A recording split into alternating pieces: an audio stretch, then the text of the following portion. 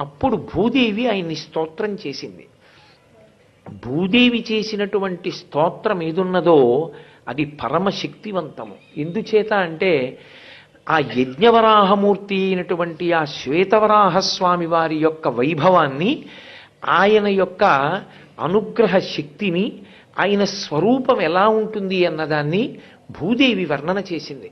ఆ వర్ణన చేసినటువంటి స్తోత్రాన్ని మన కొరకని మహానుభావుడు వ్యాస భగవానుడు స్కాంద పురాణంలో మనకు అందించాడు.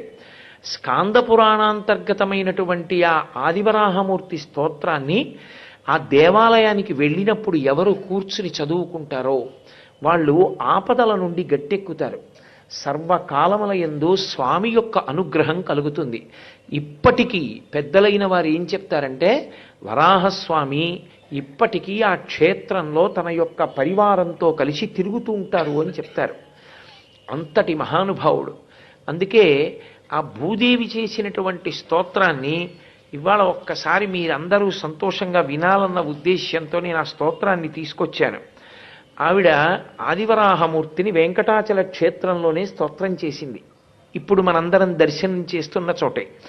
నమస్తే దేవదేవేశ వరాహవదనాచ్యుత క్షీరసాగర సంకాశ వజ్రశృంగ మహాభుజ అనేక దివ్యాభరణ యజ్ఞసూత్ర విరాజిత అరుణారుణాంబరధర దివ్యరత్న విభూషిత ఉద్యద్భాను ప్రతీకాశ పాదపద్మ నమో నమః బాలచంద్రాభ దంస్ట్రాగ్ర మహాబల పరాక్రమ దివ్యచందనలిప్తాంగ తప్త కాంచనకుండల ఇంద్రనీల మణిద్యోతి హేమాంగద విభూషిత వజ్రదంస్ట్రాగ్ని నిర్భిన్న హిరణ్యాక్ష మహాబల పుండరీకాభిరామాక్ష సామస్వన మనోహర శృతి సీమంత భూషాత్మన్ సర్వాత్మన్ చారువిక్రమ చతురానన శంభుభ్యాం వందితాయతలోచన సర్వ విద్యామయాకార శబ్దాతీత నమో నమః ఆనంద విగ్రహానంత కాలకాల నమో నమః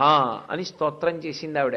ఈ స్తోత్రాన్ని వీలైతే ఈ వెంకటేశ్వర వైభవోత్సవాలు పూర్తయిపోయే లోపల ముద్రణ చేసి మీ అందరికీ అందించేటటువంటి ప్రయత్నం చేస్తాను.